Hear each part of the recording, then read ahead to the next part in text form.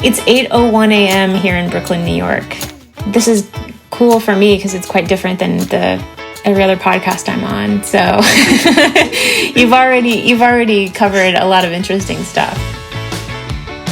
In order to effectively learn, you have to be hitting the highest order of that knowledge tree of being able to communicate about and teach others what you've learned. And I think we're well situated to help support in the new era of work, a better kind of learning that quite honestly is just not as patronizing. It's something that can actually treat adults like adults and doesn't just say you just need to memorize this thing and get on with your day.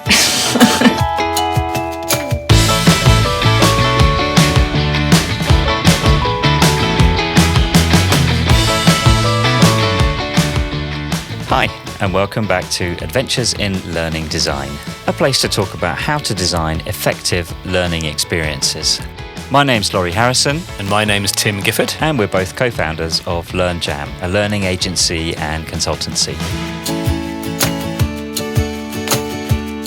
Episode 14, Learning Through Text Messages. How can you use SMS to provide effective training for frontline workers in areas like hospitality? That's what Tim and I discussed with Rachel Nemeth. Rachel's the CEO of a New York-based startup called Opus. Opus describes itself as a digital platform that delivers text message courses. And we've been working with them recently, developing some of those courses. Rachel's background is in the restaurant and hospitality industry. She comes from a family of restaurant veterans. But just like me and Tim, she has a background in English language teaching as well. And as we'll hear, that played a major part in the creation of Opus. We talked about where the inspiration for Opus came from, what exactly Opus is and how it works, and we got Rachel's take on what makes for effective SMS-based learning and why she thinks that's so valuable and important for deskless or frontline workers. Over to you, Tim.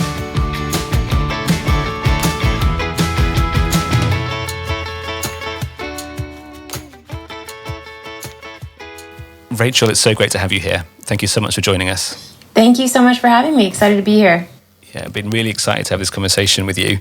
And we've really enjoyed working with you and the Opus team over the last couple of months. And we've thought it'd be a great idea to share this conversation with everybody and to kind of, in the process, dig into it a little bit more and just talk about what we're doing and how we're working together. I think the first question, the obvious question is, in your own words, as CEO, can you tell us what Opus is? Yeah, so Opus is the first training solution that's actually designed specifically for deskless workers. So in the US, which is our market, businesses employ 110 million frontline workers, employees who don't sit at a desk all day. Mm-hmm. And they're the backbone of our economy, yet employers can't train these people at scale. So, paper training can't grow with your operation. Training technology for desk workers, your sort of traditional learning management system, works for that population, but is typically repurposed for this demographic, and those models are really expensive and, quite frankly, not accessible. And that's a problem. So we built Opus as a platform that helps deliver training over text message and WhatsApp to deliver a chat-based training experience. And the goal is to make training simple, fast, and accessible for deskless workers. We've worked on chat-based learning products and SMS-based learning products before, but never anything quite as well developed and sophisticated in approach as Opus. Let's find out a bit more about the origin story of Opus. Where did it come from? Yeah, it's a very long story. So the origin story here is in my background, which is in restaurants. So my grandpa owned a barbecue chain in Kansas City. My mom worked in restaurants. I spent my whole life in restaurants, about 13 years, and also spent my whole life trying to get out of restaurants. So I switched to food manufacturing and saw the same problems over again. This problem of inaccessibility and an inability for people to move up. So the problem has always been really present within me and every job that I've had, and every coworker who I've worked with. And this is coming from somebody who has an incredibly privileged background and doesn't have kids and a commute and a second job and all of those barriers to entry. So about 5 years ago, I was working for Danny Meyer's Union Square Hospitality Group, and started the beginnings of this business, which was actually teaching English in kitchens. I have my master's in teaching English as a second language. I was an operator. A quarter of employees in the United States don't speak English as their first language. Such an obvious solution to bring English to them. It is a logistical nightmare, and that's what I aimed to solve. I'm not a technologist. I really approached it as, this is a logistics business. We're really good at teaching, and we're going to figure out how to do this. It went really well for 3 years. It was a company called ESL Works. But when I reached the point that I wanted to scale the company, it was a decision between franchising and productizing. That was an easy decision for me, but I don't code. So the actual inception of Opus was in a very frustrated Saturday when I had been trying to build a prototype alone without another human who's actually a technologist before I met my co-founder, Jeff. And I had this text thread with 400 ESL students. It was a WhatsApp chat. So I shot this little selfie video. It was 3 minutes teaching a quick lesson. I made a Google form into a quiz, and I texted it out to all of those employees. And I said, listen, try this out. Let me know what you think. And my hypothesis was, okay, if 50% of them just click the link, then I have something. Mm-hmm. And what happened is 86% of them clicked. Wow. And 70% of them watched the video and completed the quiz. And that was it. That was the alpha. The rest is, a lot of painstaking history. Yeah. Sweat and tears history. What a great exemplar of an MVP. That could almost be a case study in lean startup, couldn't it? Yeah. I had read that book too. And yeah. From that early experiment, Opus has developed incredibly quickly. And there was one really significant global event that changed everything for Opus. And from there, that huge validation of that format, of that approach, where did you go from there? How did you get to where you are now, which we'll talk about shortly, but you've come a long way since then, right? In quite a short amount of time. Yeah, it hasn't been that long since that moment. We spent about a year testing a beta version of that. So we built a UI in order so that I didn't have to wake up at 5 a.m. and manually send text messages. Mm-hmm. Although that's still a great method for us to test new ideas. So we really do stick to that lean startup methodology at all times. It's the greatest way for us to stay connected to users. I think even when we're a billion-dollar company, we'll be doing the same thing because we really are here to build for deskless workers, and that requires a lot of work. It's very easy to build for people like you and me, but it's a challenge to build for folks who aren't readily available on email or a phone call to give you some feedback, and especially during COVID, you can't go and visit them. So we built against the first use case, which was teaching English over text message. Mm-hmm. And then COVID hit. And something really interesting happened. So, and I'll kind of give you the secret story here. In March of 2020, I haven't really shared this with, but a large part of our early customers were restaurants. Right. Obviously, because of my background, and there's a huge need. There's 14 million restaurant workers in the United States. So when COVID hit, we were still teaching English over text message. We had this business that was growing quite quickly. We had a vision to extend to all frontline workers with all kinds of training. Mm-hmm. But that was like 1,000 days away. Yeah. But all of our customers shut down instantly. We all know this. The world shut down, and restaurants were one of the most vulnerable industries. But our customers reached out and they said, hey, we can't reach our people. They don't have emails. We don't have their most up-to-date phone number on a phone list. You do.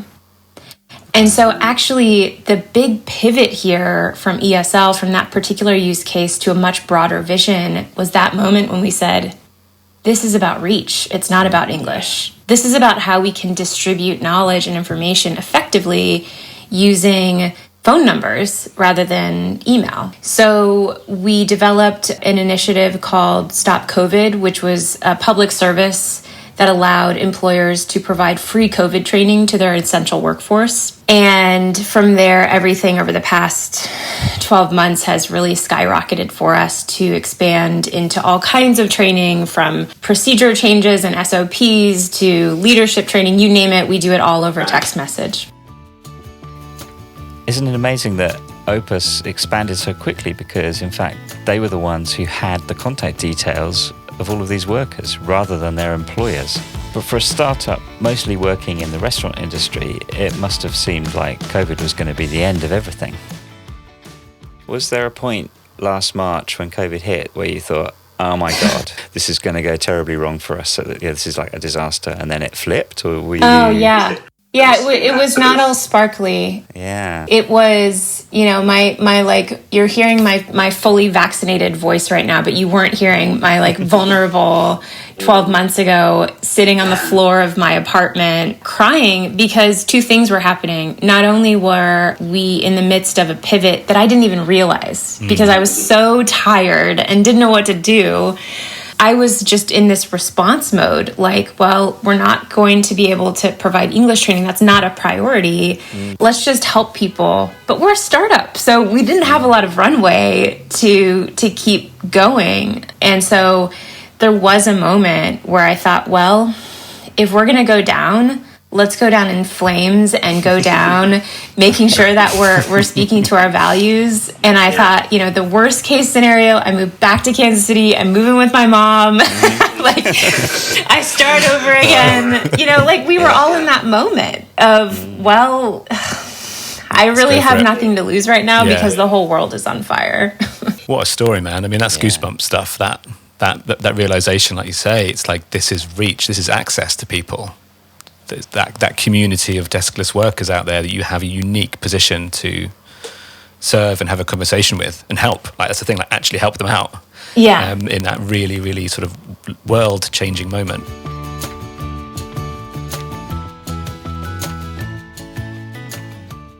Can you tell me more? Like, tell us more about who these people are. Where do we find them? What are their jobs? Where are they? Like, let's dig into this learner profile a little bit. Who are we talking about when we say deskless workers? Yeah, deskless worker is a pretty unusual term. We usually hear the term frontline worker, hourly worker, shift worker. We prefer the term deskless worker because it's really all-encompassing of that particular state. And I think it distinguishes that user from somebody who is using a desktop or a laptop, and also has that level of tech literacy. And it's not to say that every deskless worker doesn't know how to use a computer, but, I even speak for myself. When 10 years ago when I was working in restaurants, the only background I had in knowing how to use a computer was being in school and knowing how to do word processing. Most people in the world are not super tech literate. They're tech literate in text message, though, and in phone use. And so our users typically are working in jobs anywhere from the food industry, so cooks, servers, hosts, hostesses, to further on down the supply chain to distribution and logistics, so drivers, packers, warehouse workers, to even further on down the line, which is in production facilities, either making food or hard goods. So imagine somebody who's, producing home building materials. So they maybe are making the doors and the doorknobs that you and I use every day. They're working on the production line. They're doing quality assurance. And even before that line, we work with individuals now who are in raw materials. So that could be agriculture on the food side, or it could be, steel, energy, what have you, on the other side. All of that to say, we've built technology that's not industry specific. It is specific to that population of users who, in all of those jobs I just described, these are people who are standing on their feet all day, have two jobs, do not have an email typically, or if they do, they don't remember it exists, or don't have a password vault to remember that, and also are largely the only opportunity they have at work to actually train is typically when the employer says, hey, we need to do a 90-minute mandatory safety training in the classroom over here in this corner. Yeah. And it probably doesn't come as a surprise to anybody. That's nearly impossible now with COVID and shorter staff. And so there's a logistics problem that we're helping businesses solve while helping employees actually gain access to that knowledge, not only so that they stay at their job, so that they grow. Leadership training is incredibly important, and it's a large component of what we're building now. I was really interested to find out from Rachel a bit more about the learners. So what are their motivations and goals for learning, or are they just told to take these courses by their employers? I love that we're talking. I love that both of you are teachers and instructional designers, because I never get these questions, and these are the questions I like answering. I always get the questions of like, how big is your market? And sure, we can talk about that, but I'd much rather talk about like the psychology of training. It's very cool. Yeah. And I've been so far out of the classroom for so long, teaching over text message, that these conversations are rare. So the motivations for our learners are in a few different buckets. At the basic level, it's somebody who just has to do the training because their boss said so, right? You need to do COVID safety, so it's a have to, it's not a want to, and that's fine. Mm-hmm. There's another bucket of individuals who actually would like to demonstrate themselves and showcase skills, so they're interested in not only completing the training, but also excelling at it. And being able to show a digital badge to their employer to say, listen, I just did this, or I got 90% accuracy, or I'm on a learning streak right now. You should reward me for this. I want to be a production supervisor one day. And then the last bucket of individuals are people who are maybe in one job who want to switch to another job. Typically what we find is that we can actually be a really effective retention tool for employers. So people are able, because of Opus, people who might ordinarily have sought employment for another employer, they're actually able to speak up and identify skill sets within that employer that they wouldn't have been able to do, where they can earn more money. Deskless jobs are notorious for paying well under the poverty line. That's changing a lot. We're seeing it, at least now, employers are recognizing that just the bare minimum doesn't suffice. But to summarize that last bucket, it's about economic opportunity. It's not just about demonstrating new skills. It's about growing into a job that's actually going to be a career. That's one part of it I find really exciting. You've got the job, you understand how to do your job, but like, how do I move into the next level? I mean, I think the only experience I've really got in hospitality is working in pubs and bars and stuff in my university days. Yeah, right. And it's like this is great, I've got this bit, but like, how do I show my boss that I maybe want to take on a bit more responsibility? Like, there's no formal training program here for me. Yeah. Like, even if I said that to them, there's no materials or any resources that I could engage with that would help me kind of do that meaningfully or demonstrate that meaningfully. So Opus is sort of giving that opportunity to those workers to like be proactive, like demonstrate proactively that they want to kind of move up, take the next step and so on. Which I think, like I say, I find it really exciting.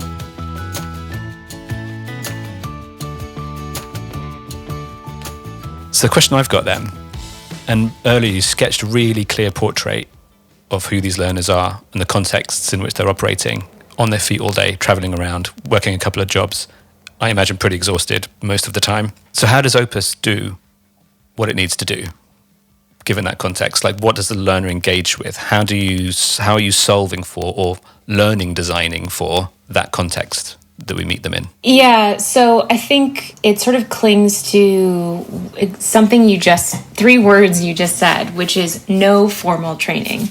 There are very few businesses that actually have a formalized training program. What they have is a set of PDFs or documents that are distributed to their workforce or are being distributed over the learning management system, which would be effective if you were working at Goldman Sachs, but doesn't work if you're working at Pizza Hut. And so it ends up being this quote unquote training, which is you're sending PDFs to people and maybe giving them a 2-question quiz on paper, and then a person has to grade all of those quizzes. Imagine a manufacturing facility with 1,000 people, and you do a simple procedure change training, and you have to grade 1,000 papers So our way of teaching people is solving for this lack of formality. And I don't actually mean around content. Employers are really good at content. Tim, you and I have had this discussion. Yeah. Like the content is quite interesting, even if it's a PDF. Yeah, detail, thought through, isn't it? It's like really comprehensive. Yeah, most I of the mean, time, they're paying attention, but they're not experts in instructional design, and they're not experts in technology or distribution, at least not in this respect. So what Opus does is it can take company-specific content and help you transform that into micro-training that you can distribute to your workforce in a couple of different ways. The first way is as just your standard kind of ongoing training. So every day an employee receives a 3-minute chat-based lesson, for example, on food safety, just so they can make sure that their knowledge is staying and remaining compliant. The second way that can be deployed through our platform is as a campaign. So imagine what happened 365 days ago, where employers were saying, we actually don't care about these other things right now. It is not important that you are taking that, leadership training, or you're knowing how to close that box perfectly. It's actually most important that you understand how to wear a mask, why it's important, why washing your hands every 30 minutes is critical. Mm-hmm. So you can campaign a training to your workforce, set when that completion date needs to be, set goals for those employees, and be able to track that. So we can kind of take all the messy bits of accountability and ensure that your team is all on the same page. And it sounds boring because I'm just speaking about compliance, but there's actually some really interesting things that we're seeing employers do with their own content. Imagine a fast food place that's using that campaign mechanism to distribute a limited time offer, or what we call LTO, to their workforce to say, hey, we have a new burger next week. Everybody needs to be up to speed on this new plant-based meat that we're using for it.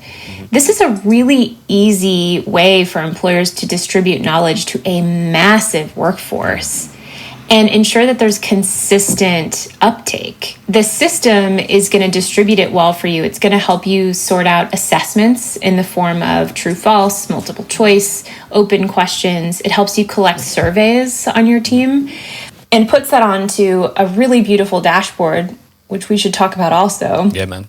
Absolutely. Which helps you track all of that and gives your managers, your floor supervisors or whatever, a break from that. Your GMs should be GMing, your chefs should be chefing. They shouldn't have to be doing all this admin work.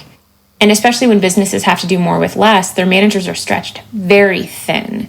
So with ongoing training campaigns and being able to really strategize the third element, which is a skill path. So let's say that Tim comes to Lori and he says, hey, I'm really interested in being a production supervisor.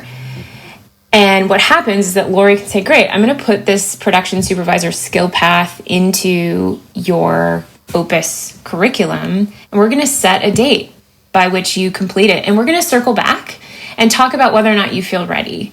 So this is a really nice way for you to help employees grow in a more formalized way that you can track. Because the minute that Tim goes to talk to Lori, he's holding Lori accountable. Mm-hmm. They don't know it yet, but he's saying, look, clock's ticking. Mm-hmm. I'm out in 6 months if this doesn't happen. So those are the ways that we can help employers operationalize their training. So taking company-specific content and turning that into micro-training can cover a whole load of different scenarios and different types of training. It can get pretty complex. And the way that Opus manages that complexity is something that Tim picked up on. And there's something that you mentioned earlier, and that's ease, like ease of use. Yeah. And that's something that I see coming through really, really strongly in like every feature and every thought that's gone into Opus is just simplicity. And something that I think you and I have talked about, Rachel, in the past is like, this has got to be simple and quick for the reasons you've just described, for a manager, for Lori, for the Loris to respond to the Tims. Like I need to be able to really quickly get the the course into Tim's curriculum that we need to, so that there's no disruption, no risk of anything kind of like of Tim leaving or of anything being missed. Is that a fair statement? Like simplicity and speed have really been sort of like the key. 1,000%. Yeah.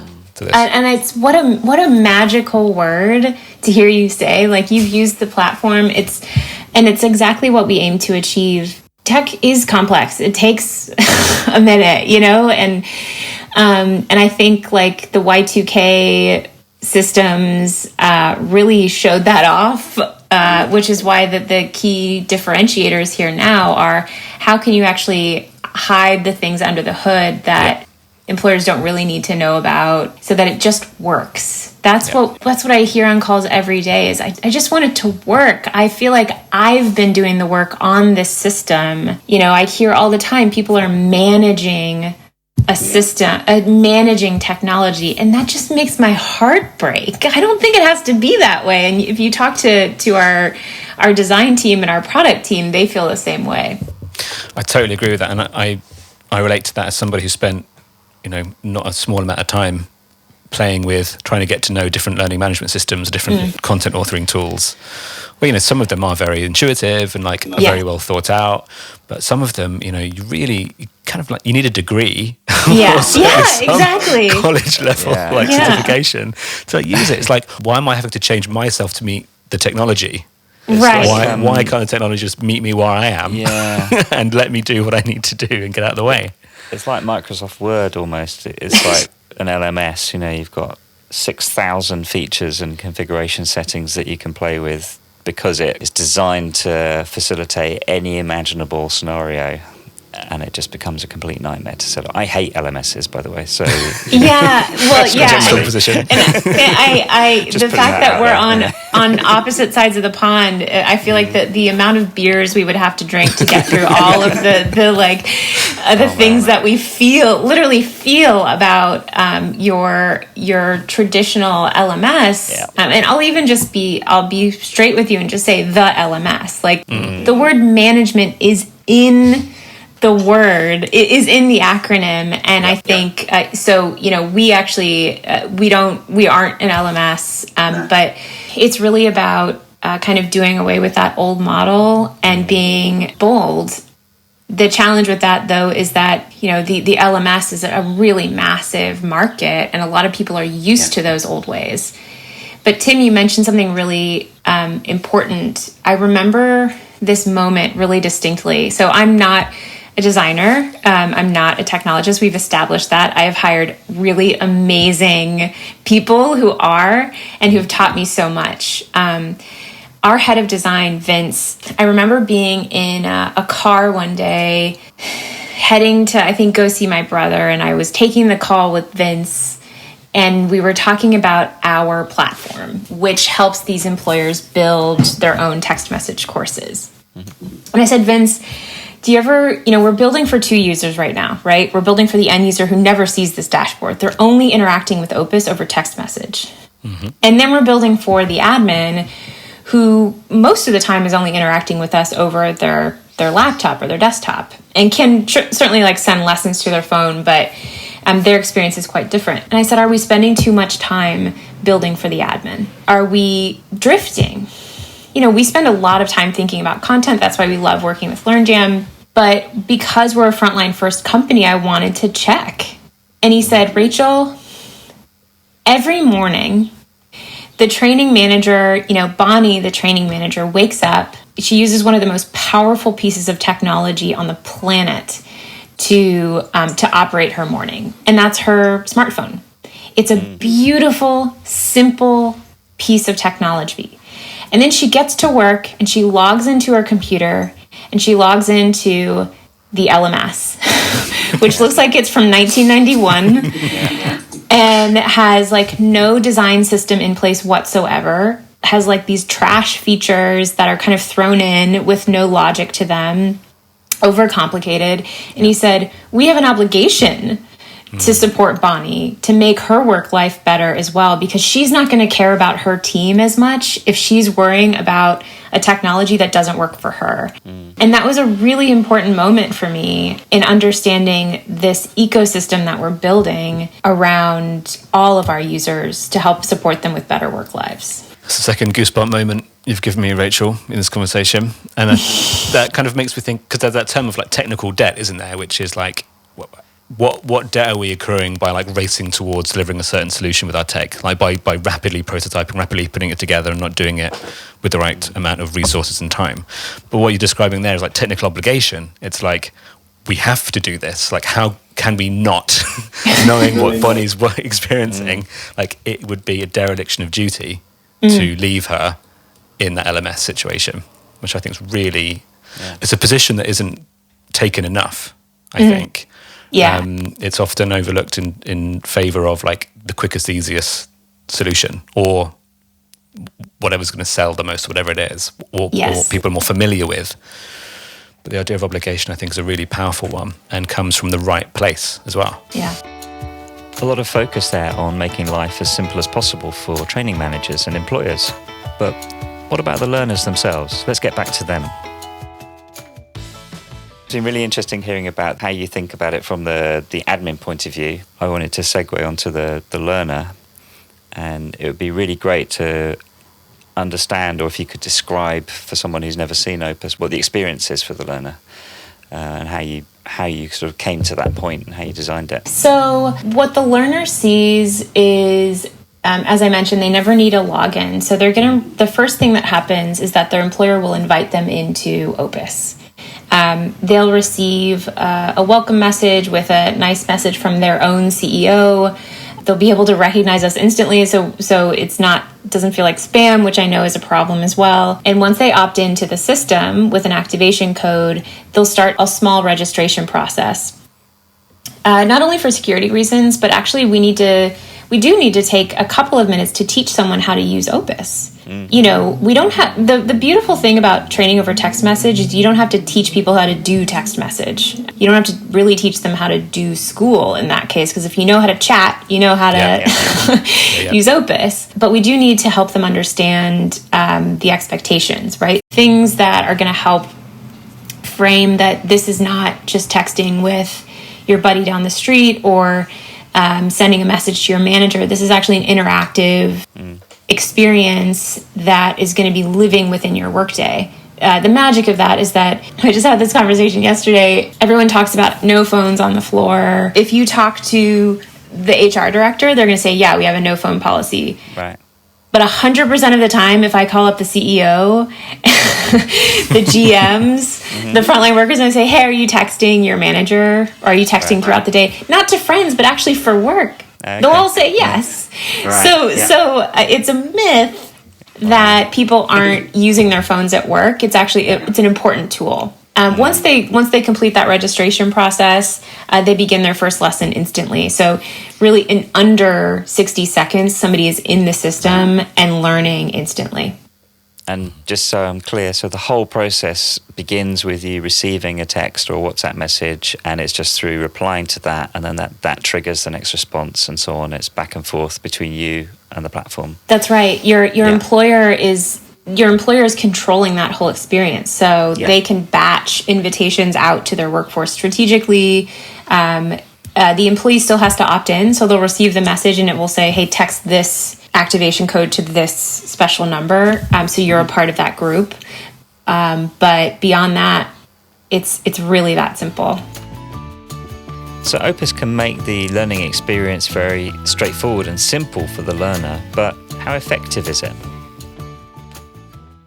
And I guess the question is, like, what quality of learning can we facilitate through that format? Yeah. Right? So, you know, it's a super familiar format, like you said, Rachel. Like, we know how it works. We know, like, the text input, the kind of typical length of text message you receive, what it's like to read, like, content on a text message, what it's like to digest, like, video or images on sort of text messages or WhatsApp. But, like, how far does that go? What are we able to teach? Are there any limitations? Have you encountered any limitations with what's possible? You know, I think about this a lot, and I think it's almost like Opus has a bit of a life of its own, where it continues to surprise me at what the capabilities are. We've built a structure that can allow you to send a really short lesson to someone. For example, maybe a link to a video that you shot, and then a short assessment. It can really be as simple as that. And quite honestly, that's when we do all of this examination of what employers are currently doing. That's actually what they're doing with these rickety old systems that no one has access to. So we can actually help distribute that kind of content. But it's become quite robust. I think especially in our work with LearnJam, it's been really amazing to see how we can leverage that technology for scenario-based training. Yeah. Imagine how magical it is I remember one of my favorite of all time, I don't know, I'm sure you'll continue to blow me away, but one of the courses was a standard operating procedure, which, for anyone listening, if you haven't been in manufacturing, is one of the most boring documents in the history of documents. It is literally, just imagine an Excel spreadsheet with 8 different tabs and a list of like precautions you need to take, a photo of how to, press a button the right way, lock out, tag out. And you have to have those documents. They are important documents in very dangerous facilities.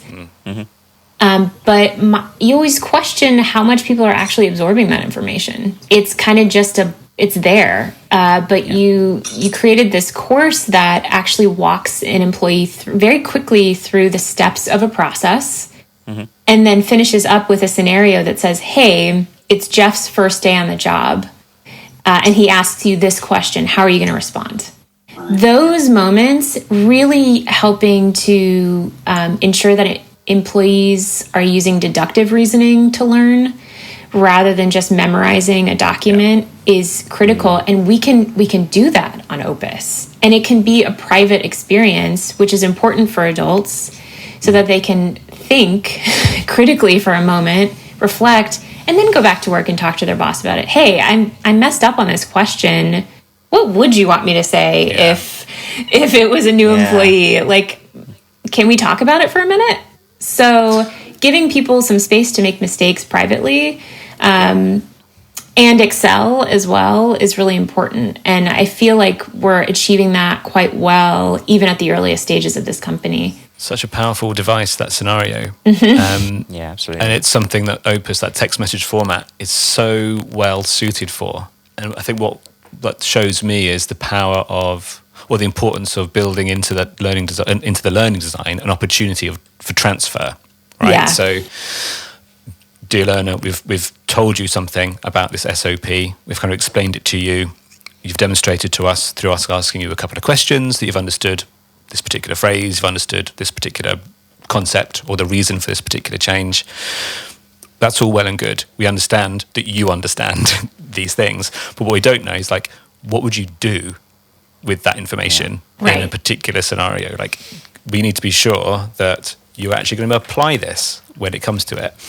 And what surprised me actually, encountering Opus for the first time, was text message is perfect for that, because it cuts out all of the BS. Mm-hmm. It's just like direct thought into your head. There's nothing to distract you. There's no fancy video, images, timers, bells, whistles. It's just, think this.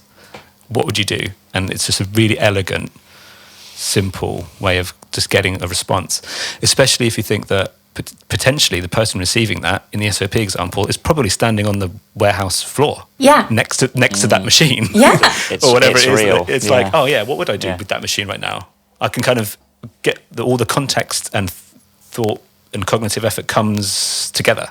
Yeah. There's a lot of opportunity for us to be building more agency around the trainee experience, which is going to create even bigger learning outcomes. Yeah.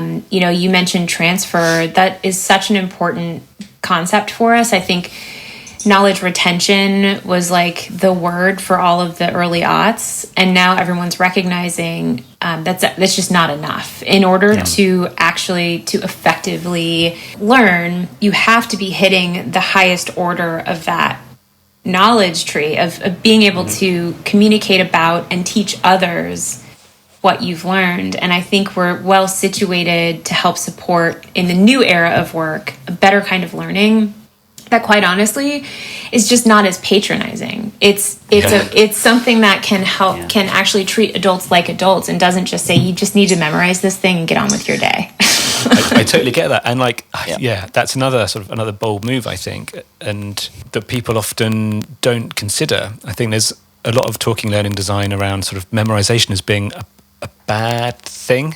Rote learning as being a bad thing, like it's not sort of affecting any longer term retention or affecting any longer term change of behaviors, knowledge, or whatever. But sometimes you just need to know that if I ask you this question, if I ask you to tell me this thing in 6 weeks' time, you're going to have it top of your head. Like, I just need you to know. I need to know that you've got that cemented in there. Yeah. And that's totally fine. Right. Right. There's nothing wrong with that. That serves a really, really clear purpose.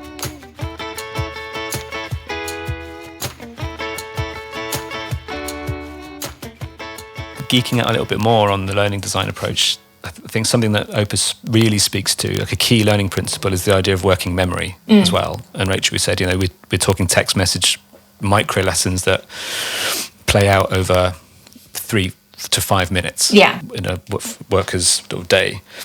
And that speaks directly to this idea that, our working memory can only handle like 3 to 5 bits of information at any given time. Yeah. Like, don't give me like a 45-minute video, some testimonials to read, like 6-7 questions, and just give me the 3 or 4 key things I need to take away from this. Yeah. We can check that you've understood them, that you're transferring them and applying them, and then off you go. Like, respect that working memory, and you will have better outcomes in the long term, right? Also, I'm at work and I'm really busy. Yeah. There's a lot going on. Right. Yeah. Like the learner, I think you're both bringing up good points. The learner isn't thinking about the methodology necessarily. Yeah. They're thinking about, does this matter to me? Is it practical? Yeah. And we didn't get it right in the early days, right? Like we were still trying to understand what form of micro training made sense to us, and we've really landed on an approach that I think is meaningful for the learner because they're so busy. And you read all of these research papers around how the global attention span is actually shrinking. And it's not just because of social media, it's because there is so much knowledge out there, and you have the opportunity to absorb so much. It's the problem with attention spans is your decision-making ability. Yeah. What is most important for me to learn or remember right now? On the other side of it, what I'm really excited about is being able on Opus to, we're developing some opinions around what good learning is, and they're quite different, but in the best way, because they're helping you take that 45-minute video and creating a high impact lesson that can be shrunk down to maybe a 10 or 15-minute course that's spanned across a couple of lessons. Imagine that, where you're actually helping employers yield like more time for their staff to either be on the floor or just to get more training. So there's a real opportunity for optimization, not only on the technological side, but also on the side of time. Yeah. That's a really good point. Liberating more time for, like you say, just like for chefs to chef. Yeah, exactly.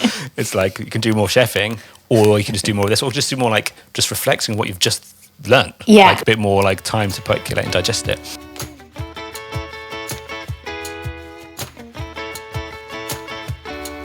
It's also worth mentioning, we haven't touched on this, but like this isn't exclusively in English either, is it? Like this is multilingual. That's an important point. So part of our principles as a company that are quite different than what's out there is that this word accessibility, which I've been saying a lot, is not just about technology and distribution of knowledge. It actually has a lot to do with language and how we view the accessibility of multilingual learning. So embedded in the platform is an option for employers to toggle on English as a second language training. So our roots are still there in ESL. Yeah. But if you don't want to learn English, which by the way, you should have that option, and it should not be forced, but it should be a benefit. We strongly believe it should be a benefit that everyone's affording to their employees if they'd like to learn. You can still get the learning in any language. So we work with a manufacturing plant in Saco, Maine, Luke's Lobster, and they have over a dozen languages in one plant. It's 300 employees that are speaking 12 different languages. Yeah, right. Imagine what they did before Opus in order to get a safety training out to that whole team. So what you can do now is you can teach, someone how to safely use a forklift in 12 different languages at the same pace. You don't have to hire a $100,000 a year interpreter to do that.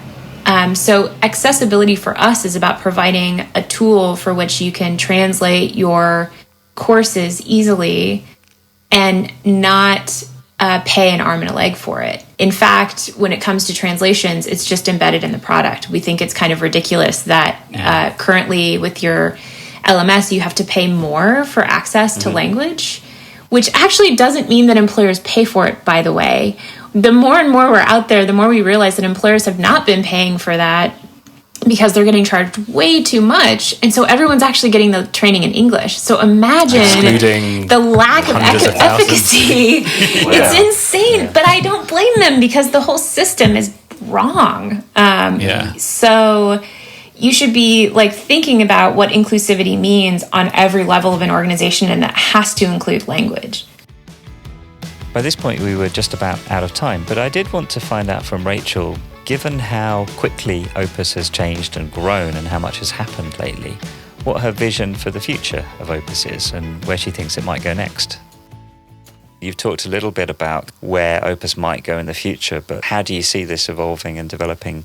Where do you think this could go? We are extremely passionate about the majority workforce, about the 80% of the global workforce that doesn't sit at a desk all day. So if you can imagine, we have a lot of work to do. And so I think the long-term vision here is to continue to serve that global workforce with really amazing technology that not only helps them train more effectively at work, but also helps them find more economic opportunity. And I think that comes in the form of really interesting partnerships with companies like LearnJam that can help us extend and kind of reach the outer bounds of what Opus can do. So that includes really interesting message blasts that you can use with your team. It includes really interesting corporate-wide anti-harassment training that isn't just a check the box. It actually leads to change in an organization. And I think the other piece that we're really excited about is this notion of learning paths, which is a term all three of us hear all the time. And I think there's an opportunity to reinvent what that means. So we are really focused right now on creating the most optimal experience for the end user, the employee, as well as the admin. But that's really just the start of how we can help completely shift the way that people stay and learn and grow at work. Really excited to see what does happen, and we are really thrilled to be taking part in that part of the journey with you. Likewise, as well. Yeah. Really excited. Absolutely. It's been wonderful. Rach, thanks so much for your time today. It's been an absolute joy. Thank you so much. This was fun. Let's talk about training again one day. Man, anytime you like.